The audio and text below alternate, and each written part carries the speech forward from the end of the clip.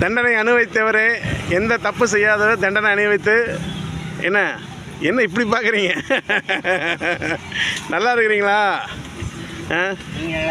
நல்லா இருக்கிறேங்க. தப்பே செய்யாத என்ன தண்டனை அனுபவிச்சு எத்தனை பிரச்சனையை பார்த்து எவ்வளோ கஷ்டங்கள் எத்தனையோ வழிகள்லாம் பார்த்து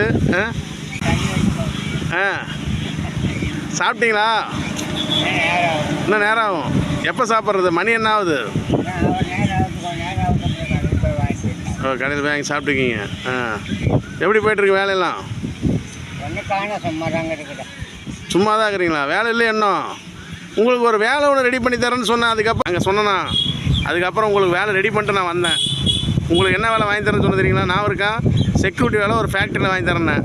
ஆனால் அது ரெடி பண்ணிவிட்டு இங்கே வந்து பார்த்த காணோம். இப்போ ஆள் போட்டாங்க. இப்போ மறுபடியும் நீங்கள் எங்கே இருப்பீங்க? உங்களுக்கு என்ன இப்போ நீங்கள் என்ன மறுபடியும் உங்களுக்கு எதாவது வேலை வேணுமா? அன்றைக்கே சொல்லி தவறு விட்டுட்டேன்.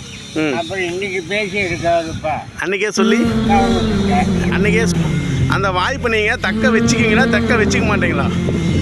அந்த வாய்ப்பு நீங்கள் ஓகேன்றீங்களா வேண்டான்றீங்களா?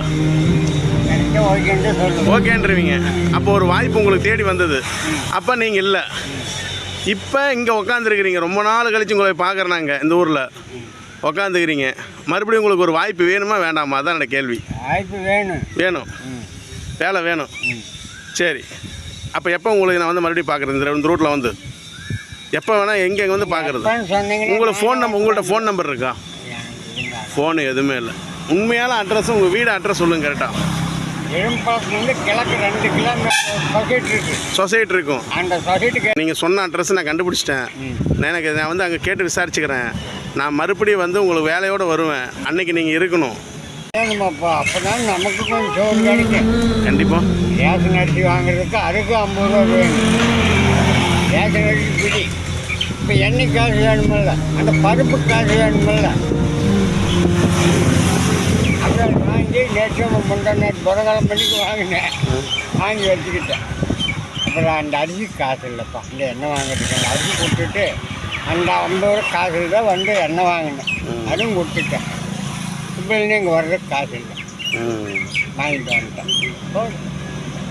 வைங்க, என்னால் முடிஞ்சு தரேன். வைங்க, பிடிங்க. சரிங்களா? பண்ணுங்க. கண்டிப்பாக பண்ணுறேன். சரி, வரேங்க.